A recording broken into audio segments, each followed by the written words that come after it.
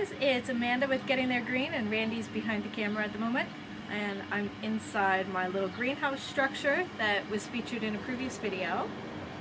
I wanted to give an update because a number of people did comment on that video about their experiences with these kind of greenhouse structures, so I wanted to give you an update of my experience so far. One of the things that a lot of people said is when winds came up, the greenhouse didn't stand up.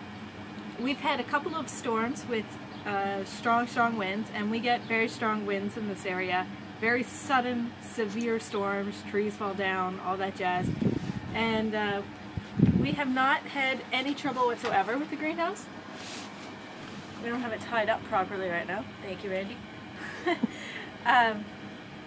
When we've had storms hit, the greenhouse has been totally enclosed, zippered up, and it is in a very sheltered area of our yard. Although it gets a lot of sun, it's surrounded by house on two sides. The other side, there's a fence over there. So really, it's only open on this side over here. So it's very sheltered from the wind. Randy, you're pointing, and I don't know what you're saying. Storms come from that direction. Oh, storms come from over there, so it's not coming from the side that's open to the wind anyway. So it is very sheltered here. We haven't had any trouble whatsoever with storms. Sometimes rainwater gathers right here on it, and it's really easy to come off. But that's it. Yeah, no trouble with it. Somebody else commented, oh, I had that and it smothered my plants because it gets so hot in there. Yeah, it does. It gets very hot in here. That's the point. But also, you have to know that during the day, when it gets really hot in here, you do need to open it up and let it air out.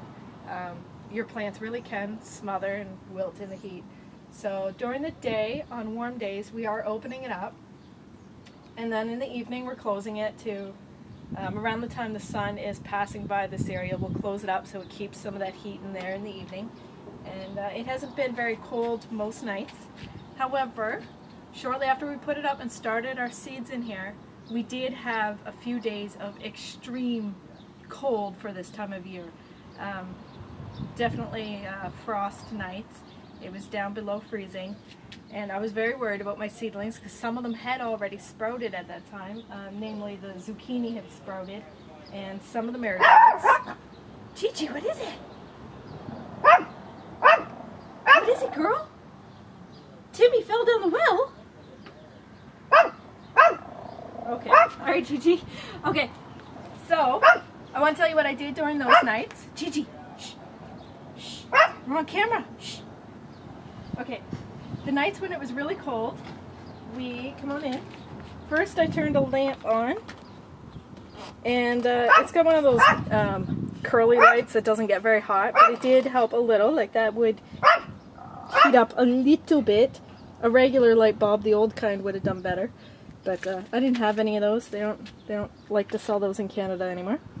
But that's okay. I could have got one if I really badly wanted to. I didn't. The other thing I did is I got this.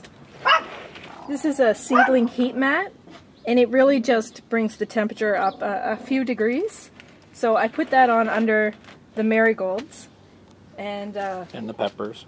There's jalapenos. Oh, there's jalapeno peppers there. At the time, only the marigolds were sprouted. The zucchinis are right below that, so I thought it might get some residual.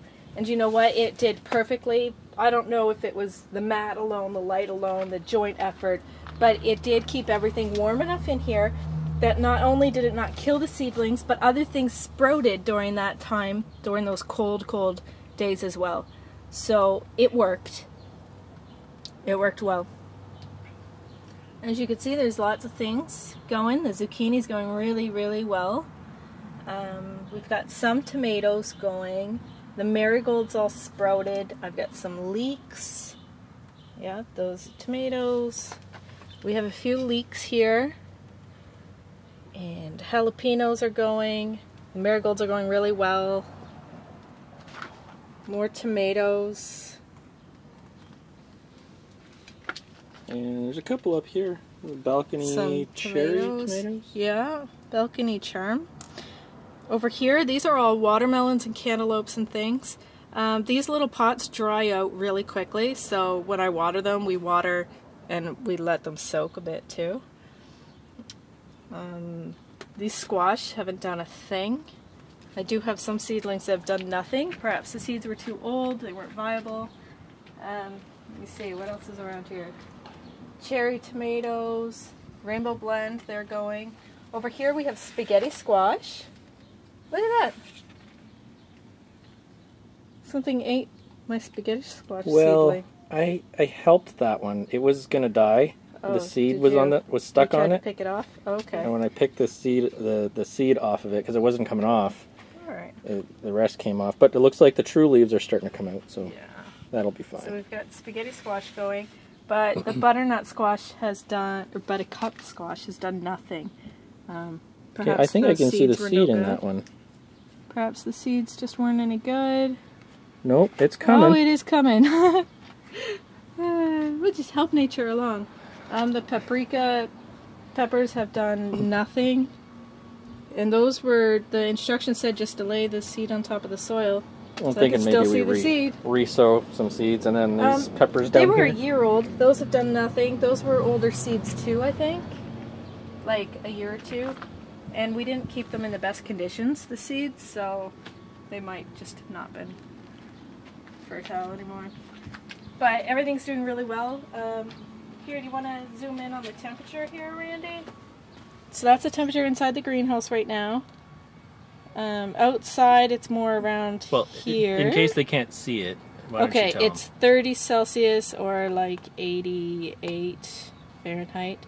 The outside temperature, at least according to the internet right now, I haven't confirmed it, is around 20 degrees or around 70. So, yeah, doing really well. We do water pretty well daily because things dry out really quickly in here. And you know, things in little seed packets, like seed containers like this, they dry out quickly anyway. So that's it. That's my update. It's working really, really well for us. And I believe all of you who said it didn't work well for you, that it, you know, was destroyed in the storm or blew away. I believe you. I'm sure it did. It's probably that it's so sheltered here that it's working well for us. And it's always been closed when the storms came up. If I think a storm might come up, I'm closing this right away, because obviously if a wind got in through here, it could just rip it apart. Yeah, so that's it, guys. Subscribe if you like this. Follow-up videos, I'm sure. If you want to interact with us, check us out on facebook.com/gettingtheregreen or our website, gettingtheregreen.com. Have a great one, guys.